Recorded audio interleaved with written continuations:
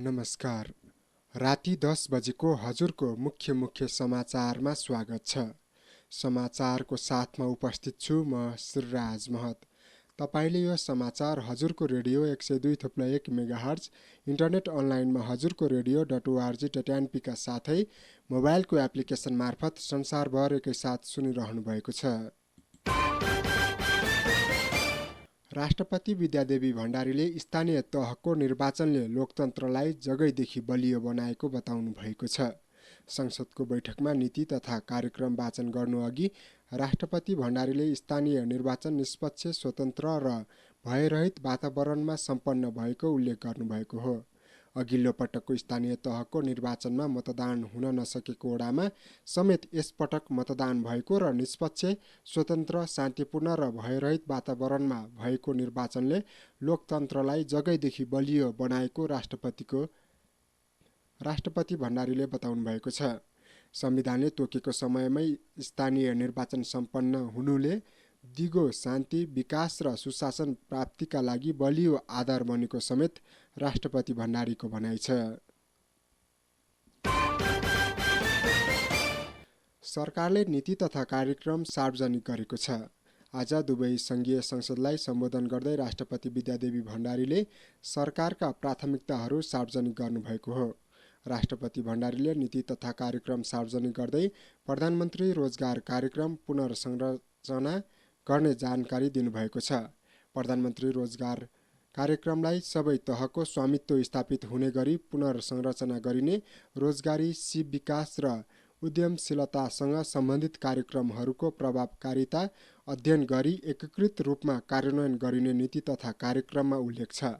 नीति तथा कार्यक्रममा भू प्रशासनलाई सरल र झन्झटमुक्त बनाइने, देशभरका सरकारी, सार्वजनिक र गुठी जग्गाको विद्युतीय लगत सङ्कलन गरिने, वैज्ञानिक विधिबाट जग्गाको मूल्य निर्धारण गरिने उल्लेख छ।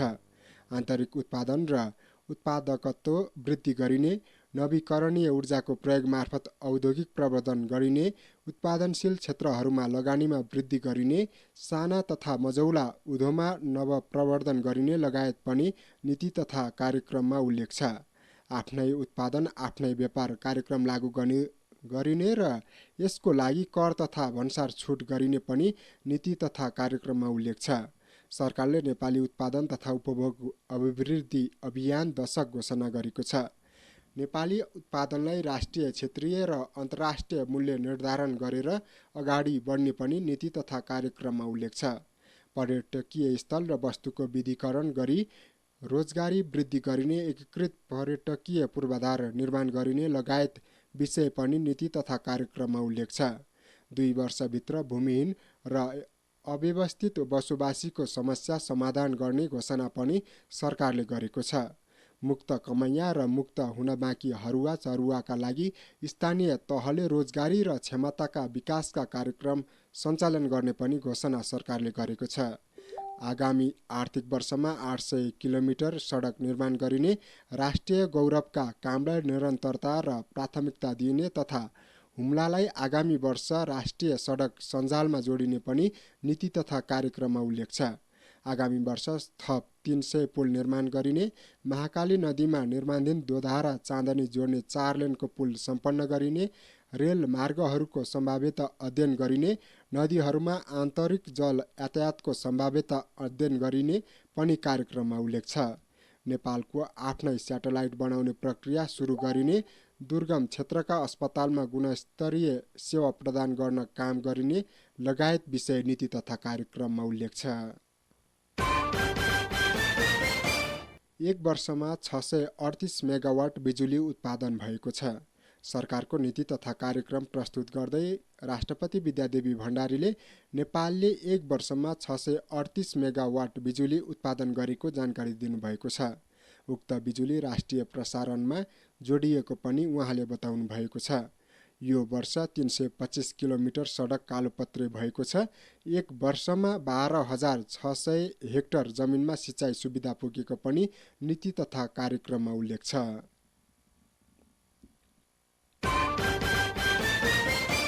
सरकारले आगामी आर्थिक वर्षदेखि घाटा बेहोरिरहेका सार्वजनिक संस्थाको जिम्मेवारी निजी क्षेत्रलाई दिने नीति अख्तियार गरेको छ।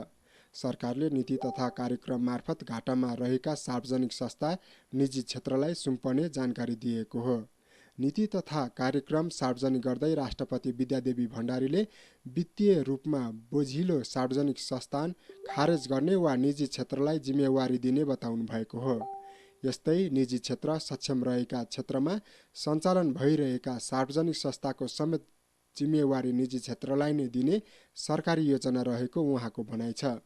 सरकारले आगामी आर्थिक वर्षदेखि नेपालमा पेट्रोलियम पदार्थको बिक्री वितरण प्रणाली निजी क्षेत्रलाई सुम्पने तयारी गरिरहेको छ।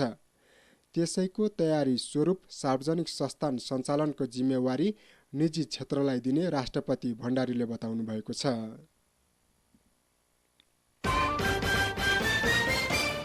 आगामी आर्थिक वर्ष 2079-80 को बजेटमा योजना आयोगबाट सिफारिस नभएका आयोजनाहरूले बजेट नपाउने भएका छन्। आगामी वर्षको नीति तथा कार्यक्रम प्रस्तुत गर्दै राष्ट्रपति विद्यादेवी भण्डारीले आयोगबाट सिफारिस नभएका आयोजनाले बजेट नपाउने बताउनु भएको हो। उहाँले विनियोजन कुशलताका कायम गर्न दीर्घकालीन सोच अनुरूप राष्ट्रिय प्राथमिकताका आधारमा विकास कार्यक्रम र आयोजनालाई बजेटसँग आबद्ध गरिने बताउनुभयो। यस्तै पूर्व तयारी नभएका र आयोजना ब्याङ्कमा प्रविष्ट नभएका आयोजनाले समेत बजेट नपाउने उहाँको भनाइ छ। आगामी आर्थिक वर्षदेखि आयोजनाले बजेट पाउनका लागि योजना आयोगले सिफारिस गर्नै पर्ने व्यवस्था सरकारले गर्ने भएको छ। यस्तै बजेट पाउनका लागि आयोजनाहरू आयोजना ब्याङ्कमा प्रविष्ट समेत हुनुपर्नेछ। सरकारले विदेशी लगानी आकर्षित गर्न उद्योग वाणिज्य र कम्पनी प्रशासनमा स्वचालित रुट प्रणाली अवलम्बन गर्ने भएको छ। सरकारको नीति तथा कार्यक्रम पेश गर्दै राष्ट्रपति विद्यादेवी भण्डारीले विदेशी लगानी भित्राउन स्वचालित रुट प्रणाली अवलम्बन गर्न सुरु गर्ने बताउनु भएको हो। त्यस्तै सरकारले उद्योग प्रशासन सरल र लगानी मैत्री बनाउने पनि जनाएको छ। यस्तै आगामी वर्ष 90 किलोमिटर नदी तटबन्ध गरिने पनि उहाँले बताउनुभयो। यस्तै भूमि वर्गीकरण गरी स्थानीय, प्रदेश र सङ्घ सहित 3 तहको भू उपयोग योजना तयार गरिने उहाँले जानकारी दिनुभयो। सरकारले आगामी आर्थिक वर्षमा आन्तरिक उत्पादन प्रवर्धनमा जोड दिने भएको छ। धान, गहुँ लगायत तेस्रो मुलुकबाट आयात हुने बालीको उत्पादन वृद्धि गर्ने र कृषि उपजको आयात व्यवस्थापन गर्ने नीति सरकारले लिएको छ। आज संसदको संयुक्त बैठकमा आगामी आर्थिक वर्षका लागि सरकारका नीति तथा कार्यक्रम घोषणा गर्दै राष्ट्रपति विद्यादेवी भण्डारीले कृषि उत्पादन बढाउनका लागि रासायनिक मलको आपूर्ति सहज बनाउने, प्राङ्गारिक मलमा अनुदान दिने, कृषिमा सूचना प्रविधि बढाउने, पशुमा देखिने महामारी नियन्त्रणका लागि स्वदेशमै खोप उत्पादनमा जोड दिने लगायतका नीतिका साथ सरकार अघि बढ्ने बताउनुभयो। साथै आन्तरिक उत्पादनको प्रवर्धनका लागि विशेष कार्यक्रम नै लागू गरिने भण्डारीले प्रस्तुत गर्नुभएको नीति तथा कार्यक्रममा उल्लेख छ। माओवादी केन्द्रका अध्यक्ष पुष्पकमल दाहाल प्रचण्डले सरकारको आगामी आर्थिक वर्षको नीति तथा कार्यक्रम र बजेटमाथिको छलफलमा सक्रिय सहभागी भई त्यसलाई पारित गर्न पार्टीका सांसदहरूलाई निर्देशन दिनुभएको छ। सरकारको नीति तथा कार्यक्रम पेश गर्नु अघि सिंहदरबारमा पार्टी संसदीय दलको बैठक बोलाई अध्यक्ष प्रचण्डले पार्टीको नीति र निर्देशन अनुसार सरकारले आगामी आर्थिक वर्षका लागि प्रस्तुत गर्ने नीति तथा कार्यक्रम र बजेट माथिको छलफलमा सहभागी भई पारित गराउन सांसदहरूलाई निर्देशन दिनुभयो। पार्टीको नीति र निर्देशन अनुसार त्यही रूपमा सहभागी हुन अध्यक्ष प्रचण्डले अनुरोध गर्नुभएको प्रमुख सचेतक देव गुरुङले जानकारी दिनुभयो। गाडी भाडा फेरि बढेको छ।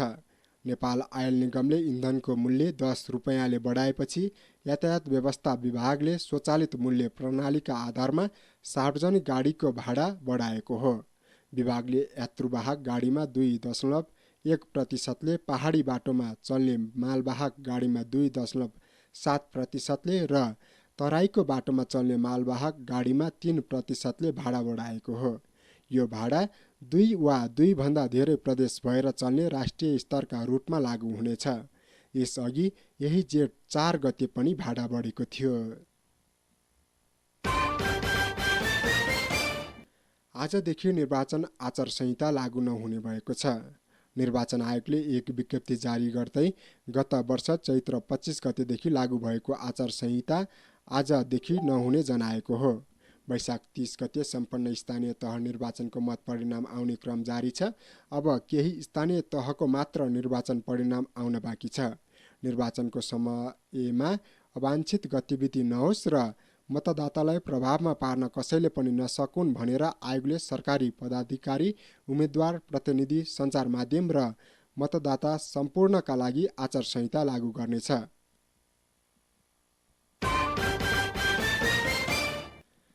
काठमाडौँ महानगरपालिकामा स्वतन्त्र उम्मेद्वार बालेन शाहको अग्रता कायमै रहँदा काङ्ग्रेसकी सिर्जना सिंह दोस्रो स्थानमा रहनु भएको छ।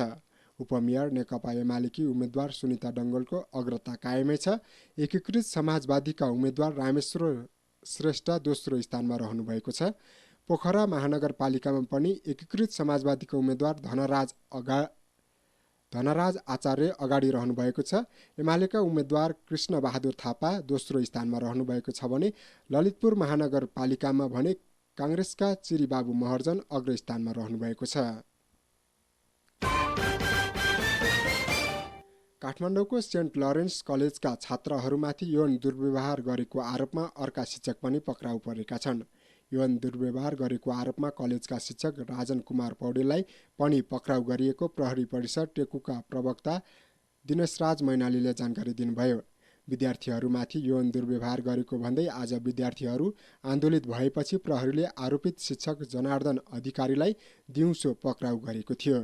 फेरि विद्यार्थीको जाहेरीपछि पौडेललाई पनि पक्राउ गरिएको हो। दुवैजना शिक्षक विरुद्ध कक्षा 11 का 3 जना छात्राले जाहेरी दिइसकेका छन्। ती दुई शिक्षकले छात्राहरूलाई अनैतिक रूपमा छुने, आफ्नो घरमा बस्न र यौन सम्पर्क राख्न प्रस्ताव समेत राख्ने गरेको खुलेको हो। यी कुरा विद्यार्थीले विद्यालय प्रशासनमा पहिले पनि भनेका र तर प्रशासनले भित्र मिलाउन खोजेपछि विद्यार्थीहरू आन्दोलित बनेका हुन्। यो विषयमा थप अनुसन्धान भइरहेको मैनालीले बताउनुभयो।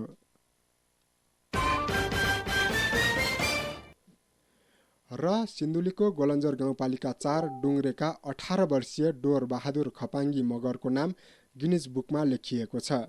2 फिट 4.9 इन्चका खपाङ्गीले विश्वको सबैभन्दा होचो बाँच्ने पुरुषको किशोरको कीर्तिमान बनाउनु भएको छ।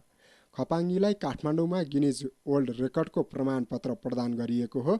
खपाङ्गीलाई दाई नरबहादुर र नेपाल पर्यटन बोर्डका सिइओ धनञ्जय रेग्मीले अवार्ड समारोहमा पुर्याउनु भएको थियो। गिनिज वर्ल्ड रेकर्डले आयोजना गरेको समारोहमा सिइओ रेग्मीले खपाङ्गीलाई विश्व कीर्तिमानीको प्रमाणपत्र प्रदान गर्नुभएको थियो। यसअघि कोलम्बियाका इडवार्ड निनो हर्नान्डेजले विश्वको सबैभन्दा होचो व्यक्तिको कीर्तिमान रच्नु भएको थियो।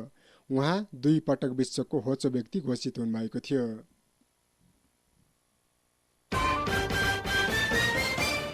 हवस् त राति 10 बजेको हजुरको मुख्य समाचार सकियो। हाम्रो भेट भोलि बिहान 9 बजेको हजुरको समाचारमा हुने नै छ।